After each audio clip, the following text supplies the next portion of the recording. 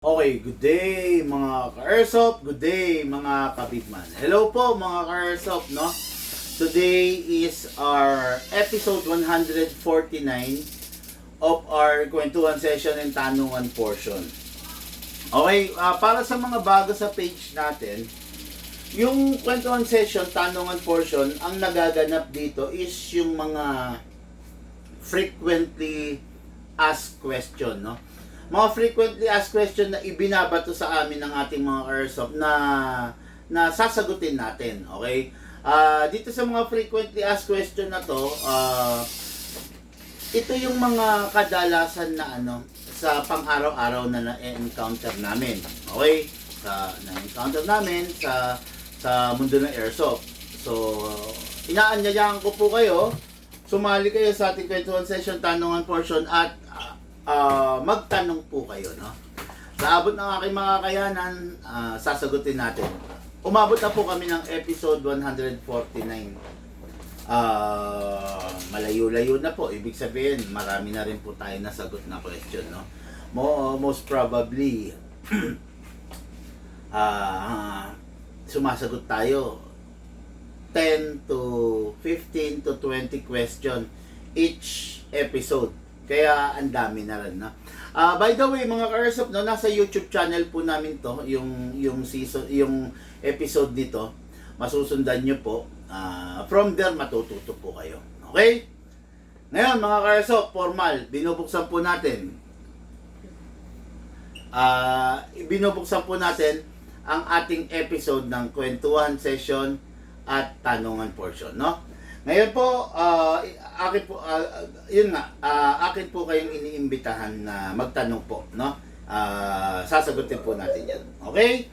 Ngayon po, simulan natin mga airsoft. Question number 1. Big man! Okay, ito. Question number 1. Jerry Boy of Manggahan Pasig, okay? Big man, nalilito po ako. Ano po bang maisasuggest yung unit para sa newbie na tulad ko? Naiinggit po ako sa mga dinedemo yung test fire nyo. Naiinggit po ako sa mga nagwo-walk-in sa inyo. Naiinggit po ako sa mga daily review and unbox nyo. Kaya lang hindi ko po alam ang bibilhin ko. Okay. Ano ba normally yung masasuggest natin sa mga newbie natin? Pwede kang mag-Glock kung pistol lang hinahanap mo. Pwede kang mag-1911, pwede kang mag-2011. Unang-una, para hindi ka malito, unang-una, para hindi ka maguluhan, alamin mo mismo sa sarili mo, ano ba yung hinahanap mo. O, diba? Dapat, tansyahin mo sa sarili mo, ano ba yung gusto mo? Ano ba yung hinahanap mo? Ano ba yung gusto mo? Ano ba yung paggagamitan mo? Okay? Kasi ganito yan eh. Malilito ka kung ikaw mismo sa sarili mo, hindi mo alam kung ano yung hinahanap mo. Ikaw mismo sa sarili mo, malilito ka kung hindi mo alam kung ano yung gusto mo. At ikaw sa sarili mo, malilito ka kung hindi mo alam kung saan mo gagamitin. Ang airsoft, hindi basta airsoft lang. Okay? Nakita mo yung kapitbahay mo may airsoft. Maaring yung airsoft niya maganda, pero maaring hindi bagay sa paggagamitan mo yun. Diba? Kaya importanteng alam mo kung saan mo gagamitin. Unang-una, walang iniwan yan, ganito. Ikumpara natin mga ka-airsoft sa motor. Okay. Sige, motor. Kaya mong bumili ng scooter. Kaya mong bumili ng cruiser bike. Kaya mong bumili ng dirt bike, ng adventure bike, ng sports bike, ng naked bike. Kaya mong bumili. Ipagpalagay na natin, kaya mong bumili. Pero, alamin mo muna kung saan mo gagamitin. Di ba? Halimbawa, aakyat ka ng bundok. Aakyat ka ng bundok.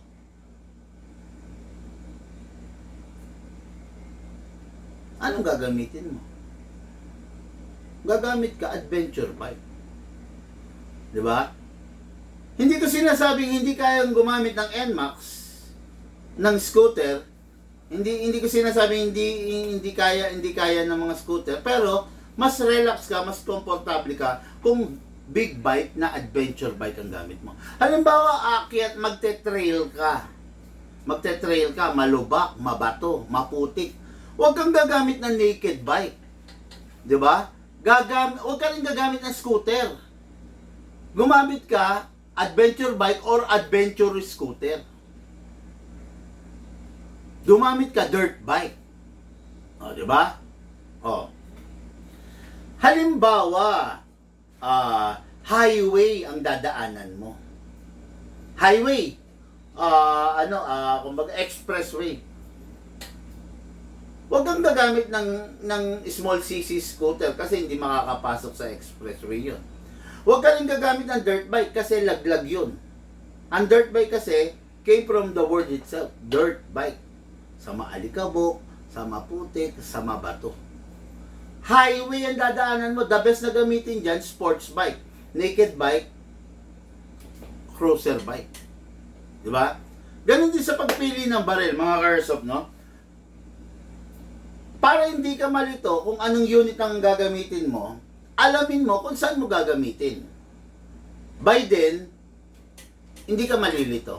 Pwede ka mag-Glock, pwede ka mag-1911, pwede ka mag-2011, pwede ka mag-Beretta, lahat pwede mong bilhin. Lahat ng model pwede sa'yo. No? Wag ka lang bibili ng budget meal. Wag ka lang bibili ng China, wag ka lang bibili ng mumurahin. Bakit? Yung pera mo sayang. Yung pera mo masasayang. Tatandaan mo to, ha. Hanggat maaari, bumili ka ng dissenting unit. Pag hindi ka bumili ng dissenting unit, bumili ka naganap ka ng budget meal, yung perang ininvest mo sa pambili ng airsoft mo sayang.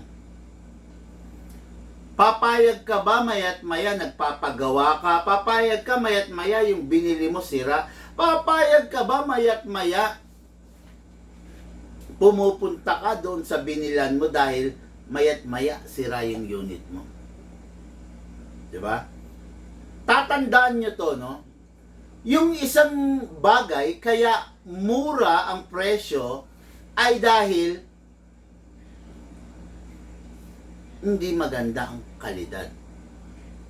Okay?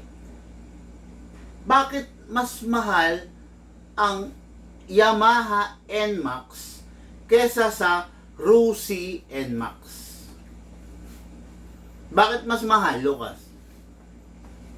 Kasi yung brand, mas kilala. Mas kilala? Bukod doon, ano pa? Sa performance. Mas maganda ang Yamaha NMAX sa quality. Di ba? Bakit mas mahal ang Yamaha NMAX kesa sa Rusi NMAX? Bakit mas mahal ang Yamaha Aerox kesa sa Rusi Aerox?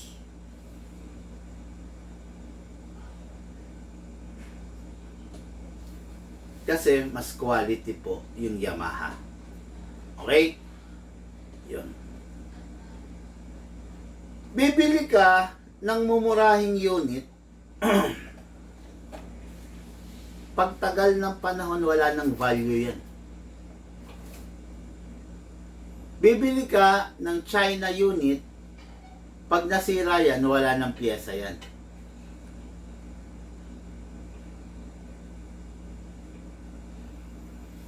Maraming downside ang bawat unit. Ngayon, nasa sayo na lang yun eh. Nasa sayo na lang kung makikinig ka sa sasabihin ko. Tatandaan mo yan, no? Bawat unit merong purpose. At bawat pipiliin mong unit, nakadepende yan kung sasakit ang ulo mo or mag-enjoy ka. Okay? Bakit merong mga tao na agad-agad nagki-quit? Kasi hindi sila nag-enjoy dun sa unit nila. Pero bakit merong mga tao na tumatagal sa mundo ng airsoft? Tapos regular na naglalaro kasi nag-e-enjoy sila. Tatandaan mo to ang isang bagay na ayaw mo, inaalis mo sa buhay mo. Pero ang isang bagay na nakakahiligan mo, ini-embrace mo. Okay? Pag bumili ka ng budget meal, sandali ka lang magtatagal sa mundo ng airsoft kasi magsasawa ka. Kasi yung nabili mo, yung nabili mo, walang kwenta. Tatanda mo yan. Pero pag bumili ka ng unit na sakto, na disente, na hindi budget meal, tatandaan mo to, matagal tayong magsasama sa mundo ng airsoft. And I just hope nasagot ko po ng tama yung question ng ating bossing.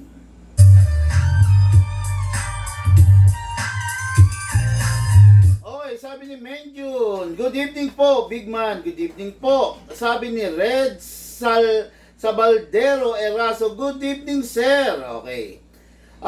Si Menjun, boss, big man, yung 2011 ba na staccato, masasabi ba na budget million? Ang staccato ay isa sa mga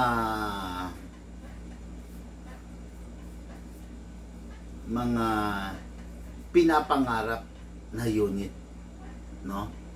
Ang staccato ay isa sa mga respetadong unit.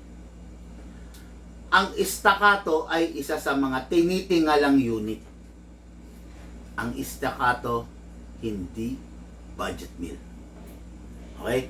Pero ang staccato pwedeng masira kahit isang araw pa lang na ginagamit kung hindi gagamitin ng tama. Ang staccato pwedeng mawalan ng kwenta kung hindi mo aalagaan ng tama. Ang staccato pwedeng mawalan ng presyo kung hindi tama ang paglalaro mo, ang pagme-maintain mo, ang paggamit mo, ang pagtatabi mo sa kanya. Pwedeng mawalan ng value ang staccato mo kung hindi ka marunong rumispeto doon sa gamit mo. Pero halos lahat ng bumibili ng staccato mula noon hanggang ngayon masaya doon sa unit nila. Halos araw-araw, punasan nila, tuwing gagamitan nila, isisilicone oil nila, every 3 months, dinadala nila rito para sa preventive maintenance. Ang tanong ko, nagagawa mo ba yon sa unit mo? And I just hope nasagot ko po ng tama yung question na Ate Kerso.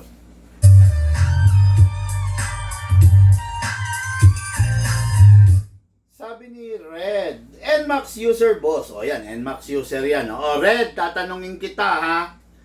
Anong dahilan, Red, sagot ka ha.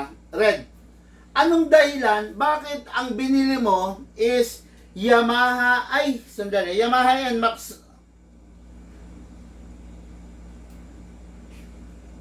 Red, tanong ko sa'yo ha. Bakit Yamaha NMAX ang binili mo at bakit hindi Rossi NMAX na budget meal? No?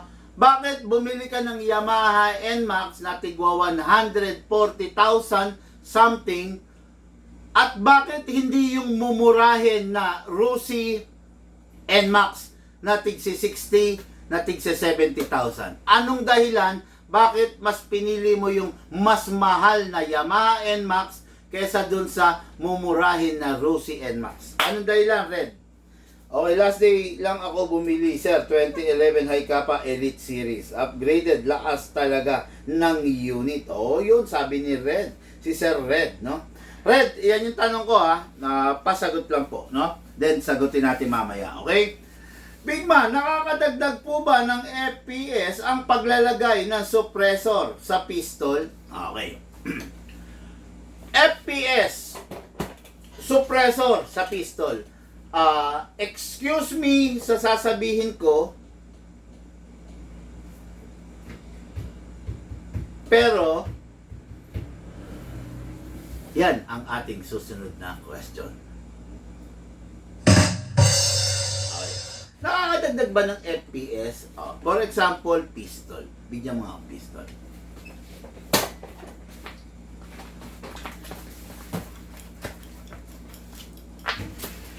Kahit ano.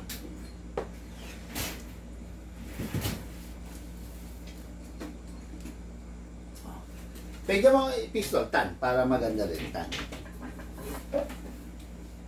Yan. Okay, suppressor.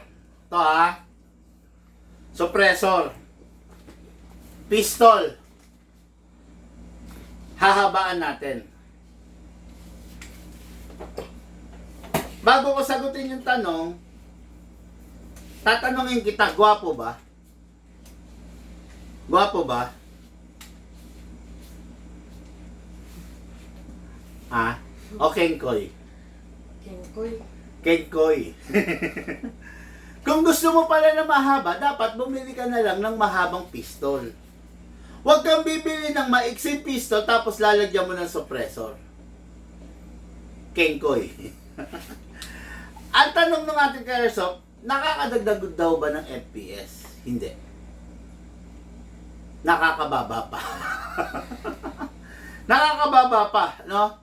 Kasi nawawala yung proper distribution ng air doon sa barrel versus sa BBs. Kaya yung paglalagay ng isang suppressor, hindi nakakadagdag. Not unless nag-inner barrel ka. Okay? Ang silbi ng suppressor is to protect the extended inner barrel that you have installed on your unit. Hindi siya nakakapagpalakas. Okay?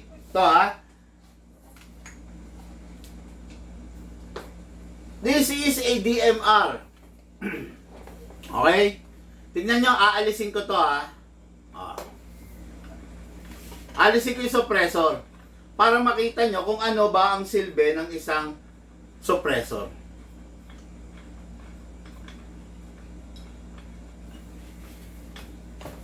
Haba kasi yung thread nito eh.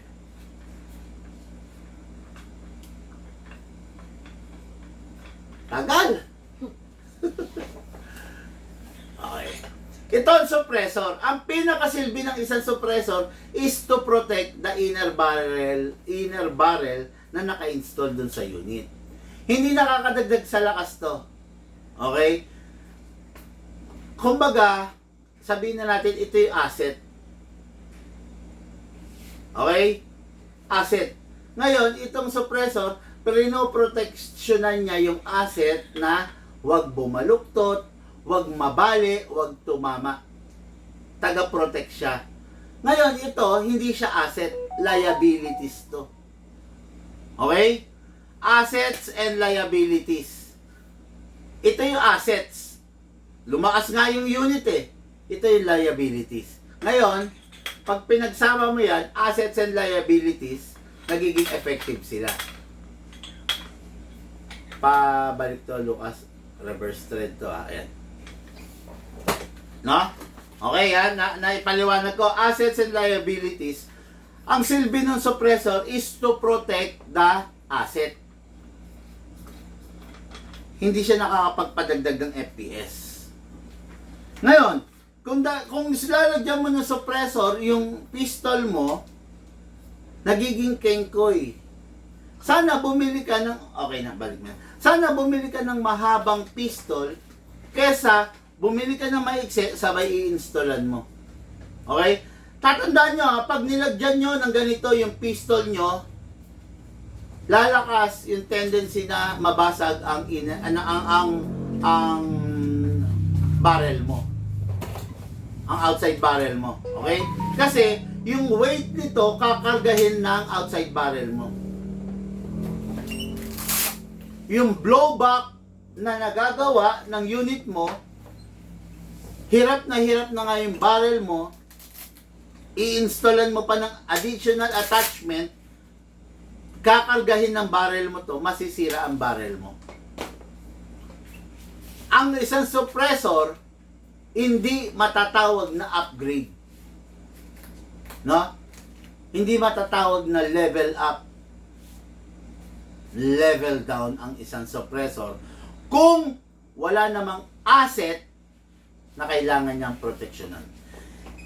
And I just hope nasagot ko po ng maayos, ng tama yung question ng ating Carson.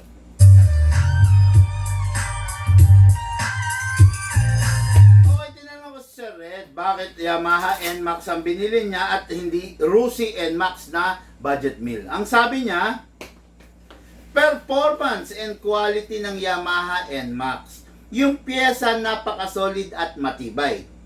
Kaya sa Yamaha ako, boss. O, yun. O, di ba? Hindi na ako nagsalita.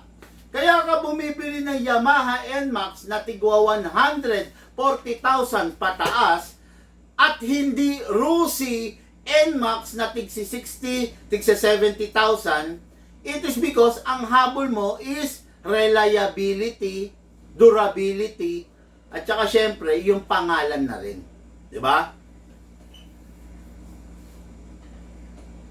Tumatagal ang pyesa ng Yamaha eh. Di ba? Hindi mura ang Yamaha.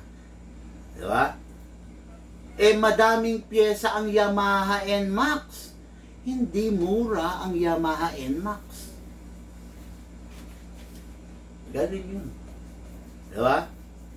Ganun din sa barel. Walang Rusi sa baril. Pero merong China sa baril. Ngayon, kung kukuha ka ng China na baril, don't expect quality.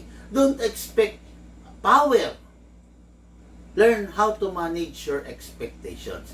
Naghanap ka ng mura, after ilang araw, mapapamura ka na. Okay? Ayan. And I just hope nasagot ko ng tama yung question natin, bossing.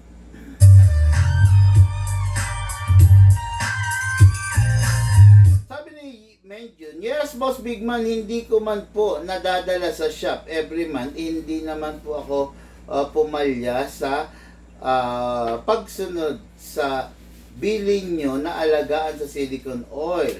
At hindi rin po ako gumagamit ng bala na gamit na. Sabi mo yan. Diba? Sabi mo yan. Menjun, sabi mo yan. Ang tanong, paano mo mapapatunayan yung sinasabi mo? Samantalang, iba ang nakikita namin na resulta sa unit mo. Diba? Kung sa tingin mo, gumagamit ka ng silicone oil ng tama, kung sa tingin mo, hindi ka gumagamit ng balang reuse. Kung sa tingin mo, sinusunod mo lahat ng sinabi ko. Ang tanong, masisira ba yung unit mo?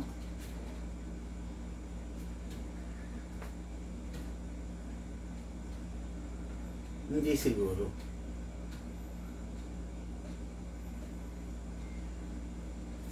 Di ba?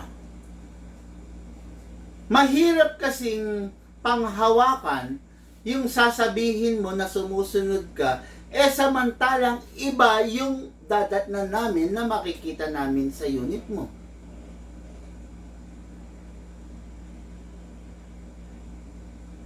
Di ba? Ganito Sasabihin mo sa doktor, Dok, hindi naman po ako kumakain ng matatabang pagkain. Hindi naman po ako kumakain ng mamantikang pagkain. Mula pagkabata ko, Dok, sumusunod naman po ako sa healthy living. Hindi po ako kumakain ng mamantika, ng matataba. Ganon. Di ba't ang haaga mong na high blood? Di ba?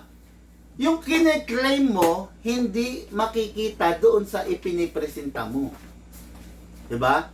Sasabihin mo sa doktor, Dok, masakit po ang tiyan ko. Tatanungin ng doktor, ano bang kinain mo kagabi? Wala naman po, Dok eh. Okay? Pero, nung binuksan yung tiyan mo, nakita, kumain ka ng itlog, kumain ka ng mangga, uminom ka ng beer, kung ano-ano yung nakita sa loob ng tiyan mo. Di ba? Dok! Bakit po kaya nasira yung kidney ko? Bakit po kaya merong malaking bato sa bato ko? Malakas po ako sa tubig, Dok!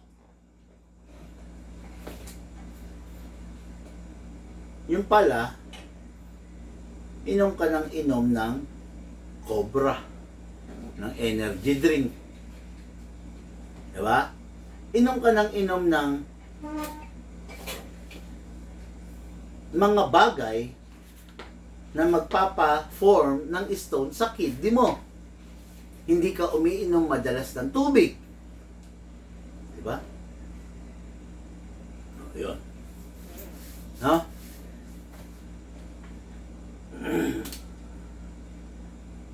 Ang sabi mo, na hindi mo nadadala every month. Hindi ko naman sinabing dalhin mo every month. Ha? Benjun, wala akong sinabing dalhin every month yung unit sa akin. Ang sinasabi ko, every 3 to 4 months. Oh, kita mo? Di ba? Simpleng vlog ko, mukhang hindi mo naiintindihan, brother. Wala akong sinabing every month. May nakita ka ba sa vlog ko? Every month, bossing, dalhin mo yung unit mo sa akin. Hindi ba naman napakalaking abala nun? Dun sa isang tao, sasabihin ko every month? Di ba?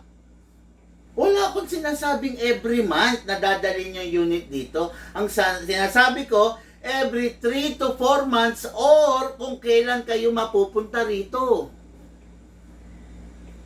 Kasi meron tayong preventive maintenance na ginagawa.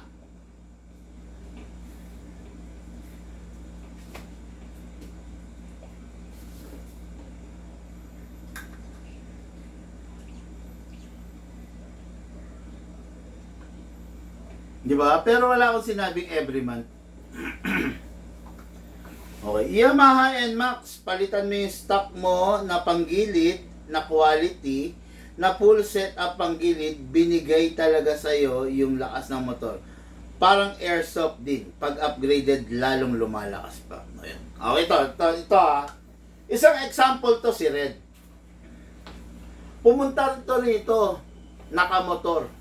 Ito yung taga-Baclaran. Taga Cavite to, Dasmariñas. Pumunta rito, nakamotor, naka-NMAX. Yung sinasabi niya, palitan mong panggilid, tama yon. Sa totoo lang, ang NMAX, palitan mo lang ng panggilid, putya. Talagang nag-i-improve yung, di ba, look, yung NMAX natin, di ba? Putya, kahit yung sa'yo di ba? After ma-upgrade, may pang-overtake ka na, di ba? Bilis mo siya dun. Ang bilis! Panggilid lang gagalawin mo. Di ba? Ang tanong, bumili ka ng Rusi NMAX. Sa tingin mo ba, pwede mong ibabad ng matagal na hindi mo pwede ibabad yun. Naku po!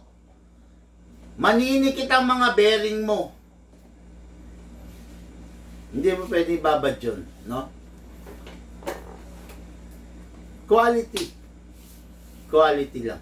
Kaya yan. Ayan, isang boy na saksi, Pumunta rito yan, nang hinahanap, Glock. Di ba? Glock. Glock. Kumaga yung mura. Pinaliwanag natin, i-compare natin yung maganda sa pangit, yung mura sa mamahal, yung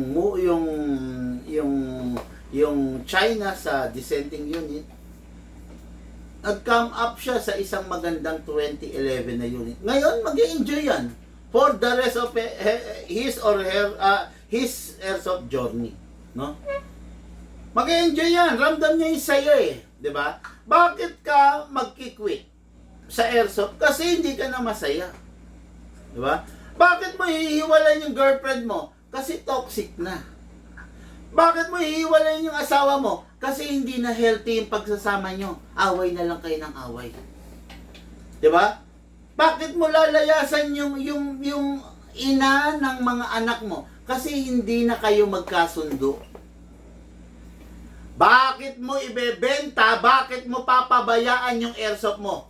Kasi hindi ka na masaya sa airsoft mo.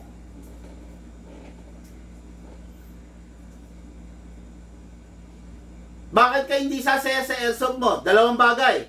Kasi yung airsoft mo, budget meal, mumurahin lang. Ngayon, mayat maya, sira, mayat maya, paggawa, mayat maya, gastos, magsasawa ka. Or, yung unit mo, maayos naman, pero napabayaan mo. Di ba? Yun. Kung bakit ka magkikwit sa airsoft? Bakit may mga tao bumili ng airsoft? After 4 years, naglalaro pa rin. Mahal na mahal pa rin nila yung airsoft nila. Bakit? Kasi yung airsoft nila, alaga nila, at yung airsoft nila, dissenting airsoft.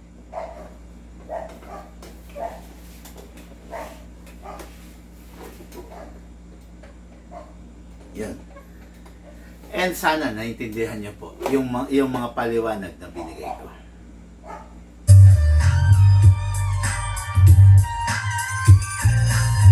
Okay, next question. Big Man, ano po ang advantage ng unit na full metal sa unit na hard polymer? Okay, advantage ng unit na full metal, yung full metal, kung sakaling lumuwang yung mga screw holes, pwedeng build upan.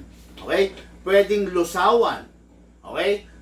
Yung hard polymer, ang downside niya, pag nagluwagan na yung mga screw holes, yung mga shafting holes, yung mga pin, yung mga lock ng hard polymer, yun na yun. Ang katapat mo na lang, mighty band. Pag hindi na umubra sa mighty band, wala na po tayong magagawa doon.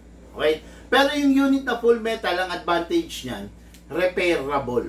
Okay? Lumuwang yung screw holes, pwedeng build upan. Pwedeng sikipan ulit. Okay, di ba?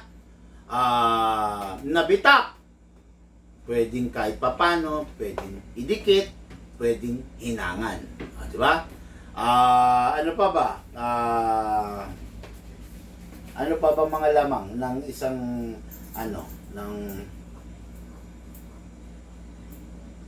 ayun, basta, ayun. Pero, ang advantage naman ng isang hard polymer is magaang, makunat, flexible. Ayan, di ba? Ang full metal, matigas. Pero yung tigas niya, malutong. Di ba? Ganyan yan eh. Pero yung hard polymer, makunat, flexible. O, di ba? Pengi ako likod ng Glock. Meron ba rito? Likod yung pitan.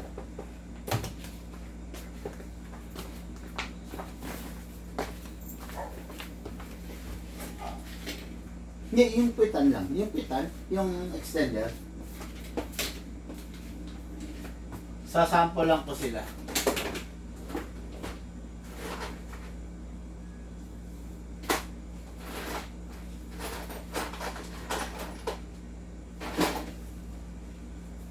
Saan? Wala kang extender? Yung pang dito ba? Oo. Ako. Buka ka na lang na. Oh, sample lang ko kayo ng hard polymer.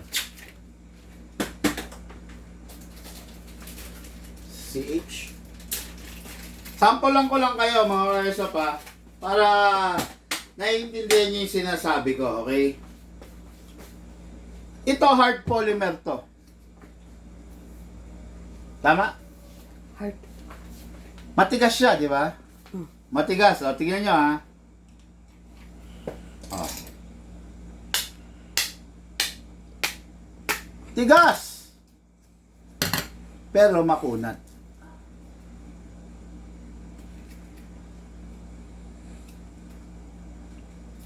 O, di ba? Makunat. Yan ang lamang ng hard polymer. Kahit pilipitin mo pa yan, kahit pilipitin mo, hindi masisira yan. Hard polymer eh. Okay. Ito, alloy. Alloy ito galing sa gearbox to. Oh. Tigas! Yan. Matigas siya. Pag ibinalo mo nga ito sa noo, o kaya sa mukha, ibinato mo, masakit eh. Matigas siya. Pero, yung tigas niya, malutong. Di ba? Tigas!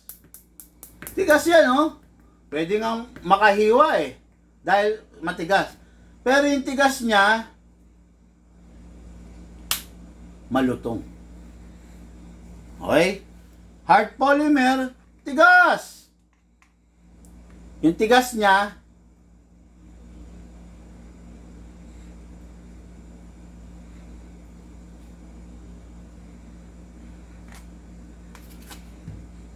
makunat.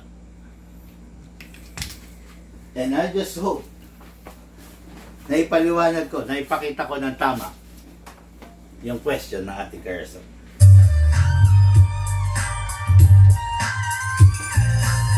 Okay, next question. Ganda ng explanation. Salamat, Sir Bigman. More power to come. Ilang FPS yung high cap na upgraded compared sa stock? Note ka po ng vlog, Sir Joseph, no? Hindi ko alam kasi kung ano yung tinitukoy mo na high kappa, no? Note ka po ng vlog. Nandun, kung gusto mo lang malaman yung FPS, nandun po yung comparison, no? May vlog ako ng T-Rex high kappa. Tignan mo, nandun sa vlog, no? Nandun sa vlog yung FPS ng high kappa na upgraded. Nandun din sa vlog yung FPS ng high kappa na hindi upgraded, no? Minsan kasi, alam niyo yun, tayo mga Pinoy, kulang lang tayo sa research eh. Nasanay kasi tayo sa Pinoy na sinusubuan, no? Minsan ang Pinoy, nasanay na binibigyan ng ayuda. Kaya ang Pinoy ayaw nang magtrabaho. Kasi nasanay sila na sa panahon ng kalamidad, may ayuda. Okay? Hindi katulad ng mga langgam, hanggat may pagkakataon, hanggat may oras, nagtatrabaho yan, mag-iimbak ng pagkain. Sa panahon ng bagyo, nandun lang sila sa lungga nila. Ang sarap ng buhay. Hayahay lang, kain sila ng kain. Kasi, habang walang bagyo, nakakita ka langgam, di ba? Naghahakot ng pagkain. Di ba? Naghahakot ng pagkain doon sa lungga nila. Pagdating ng bagyo, ay, nako, safety! Safety sila.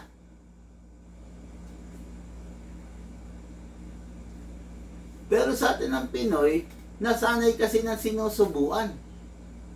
No?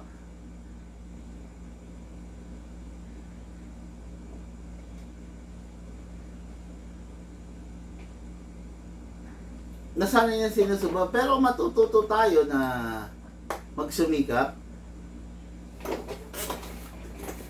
Malaking bagay. No? Malaking bagay. Ganda ng explanation, sabi ni Sir Joseph. At salamat Sir Joseph at na appreciate mo po no yung explanation na ginagawa natin, no. Sino ba to si Joseph Kumal? Taga saan to? Sabi niya sa YT po. Ba sa YT ba ako nagla-live? Sa YT ba ako nagba-vlog?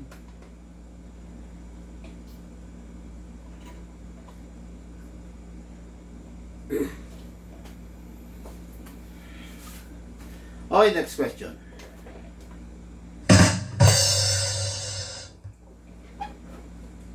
Big man, ano po ang dahilan bakit mabilis mag-bloated yung battery ng airsoft ko?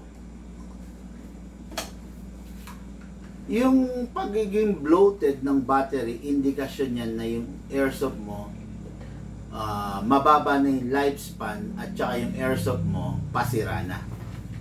Okay?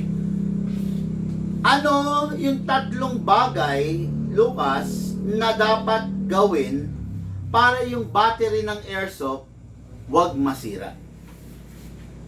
Una-una, Number one, wag ma-overcharge. yun. Yung airsoft natin, yung battery, i-charge mo. Pero i-monitor mo din. No? Not unless na ang charger mo yung magandang klaseng charger na nagka-cut off. Diba? Ganito nga, ang Pinoy ganito no? Bibili ng charger ang Pinoy. Bibili niya yung pinakamura. Hindi niya alam, yung pinakamurang charger na binili niya, pwedeng sirain yung battery niya. Kung bumili ka ng charger na decente, na quality, yung mga charger na decente, yung mga quality na charger, yung mga pinapamigay ko sa mga bumibili sa akin, may cut off. Pag may cut off, sa tingin mo, ma-overcharge? Hindi. Hindi. Kasi nagka-cut off Pangalawang dahilan kung bakit nasisira ang battery. Wag ma-drain. Yun. Lagi ito sinasabi na yung isang full charge is good for kung ilang magazine. Lagi ko rin sinasabi na pag naglaro ka, naka-isang magazine ka lang, i-charge mo na. Low charge mo nga yung body cam. Lagi ko sinasabi yun, Ngayon, hindi ka sumusunod, Sabi ko, nakadalawang magazine ka lang, i-charge mo na. Ang sinasabi ko, yung maximum full charge is good for 10 magazine. Hindi mo ako sinusunod. Sinasaid mo. Nade-drain yung unit mo. Pag na-drain na yung unit mo, wala na, di ba? Ayun, no? And lastly, Lucas, ano yung dahilan kung bakit masisira yung battery? Bawal mag-init. Bawal mag-init. Pag i-charge nyo yung battery ninyo, lagi ko sinasabi, dapat nasa labas. Huwag nandun sa loob, no? Kasi pag nasa loob, yung ventilation ng battery, hindi siya makahinga ng maayos. So, there's a big chances na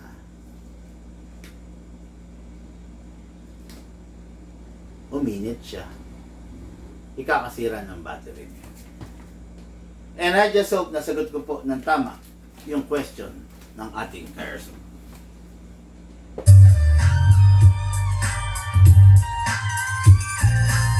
Okay, next question. Big man, lalakas po ba ang airsoft ko pag nagpalit po ako ng nozzle? Okay, okay.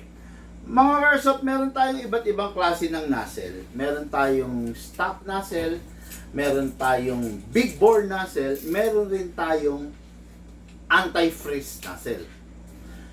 Yung anti-freeze nozzle, wag mong asahang malakas siya. Pero, nagagawa niya yung trabaho niya, anti-freeze. Hindi nagyayelo.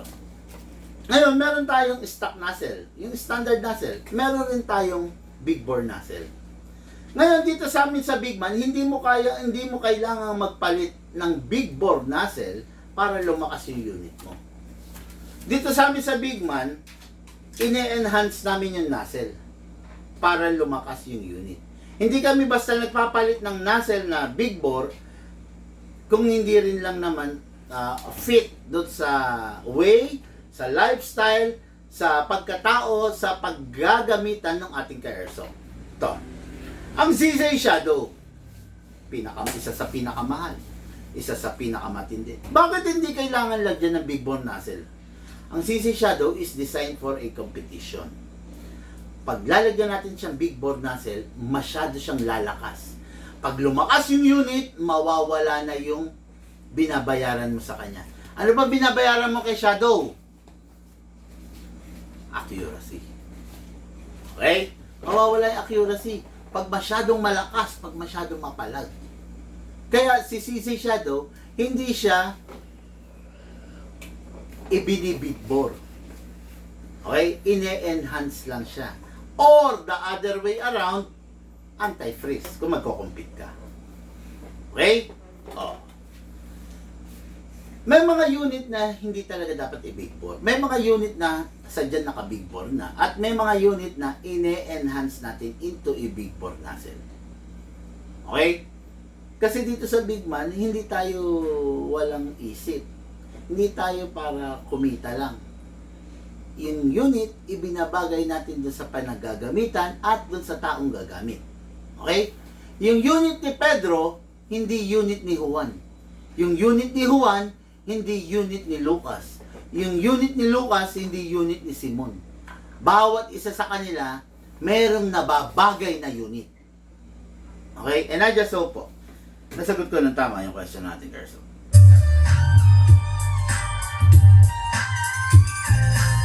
Grabe, napakabilis ng oras. 46 minutes na tayo. At medyo nararamdaman ko na po yung pagtutuyo ng aking lalamunan. Okay? Pero diretso pa po tayo, no? Sagot pa tayo ng mga question. Big Man, anong klaseng fixed barrel ang pwedeng ikabit sa 2011 ko? Hanap lang sana ako online para ako na ang magkabit. Okay. Fixed outer barrel. Simple lang naman eh. Okay? Pero, depende rin sa unit kasi. No? Kasi may mga unit na meron na kaming nakareding kit ng fixed outer barrel. Merong mga unit na wala pa, na merong mga conversion na ginagawa. Okay? Hindi po lahat ng unit pwedeng i-fix outer barrel, ha? Kailangan you seek the advice of a legit or professional gunsmith, no?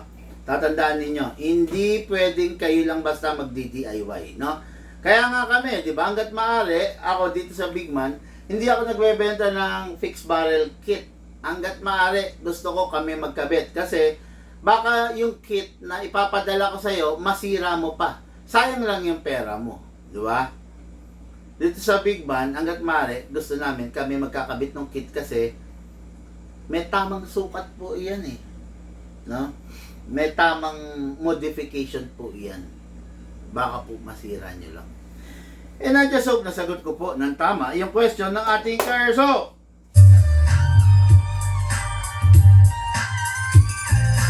Okay, Big Man, anong upgrade ang kailangan ko para ma-meet ko yung lakas ng tulad ng Glock 17 na dinedemo mo? Okay. Yung hindi ko na sasagutin kung ano yung upgrade na kailangan mo. Kasi hindi ko na maalam kung ano yung Glock mo. Ang sasagutin ko na lang is kung ano yung upgrade na meron kami sa unit na ibinebenta namin. Okay? Number 1, sa mga Glock, syempre number 1 dyan, fixed outer barrel. Number 2, fine tuning. Number 3, trigger job. Number 4, hammer. Wala palang hammer. Hop-up rubber. At saka number 5, enhance into a big bore nozzle. Okay? Mostly of the Glock, bihirang-bihira yung naka-Glock na naka-big bore nozzle. Kasi ang mga Glock kasi is hard polymer. Hindi pwedeng masyado ma-perse hard polymer eh, masisira. Hard polymer, parang hard plastic. Diba? Hindi pwedeng masyadong malakas. Kaya, bihirang-bihira sa Glock yan naka-big bore. Okay? Yan, bihira yun. Ngayon, fixed outer barrel, fine-tuning, trigger job, hammer protection pad, tsaka enhanced big bore nozzle, yan yung mga nasa 2011 series namin. Pero sa Glock, 5 lang talaga. Ngayon, hindi ko kaya sagutin yung tanong mo na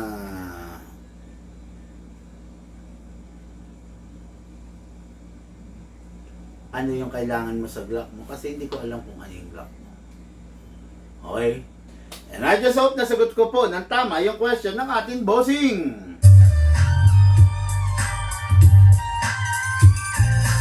Okay mga Karsop, napakabilis ng oras. Maraming salamat po sa mga nag-share ng ating live video. Okay? Episode 149 na po tayo. Sa mga hindi pa po nag-share natin live video, please share the live video. Maraming salamat po. Lahat po tayo nagmula sa iba't ibang larangan, pinagbuklod, pinag-isa ng iisang libangan. Yun po ang paglalaro ng Airsoft at ito po sa inyo ng inyong record.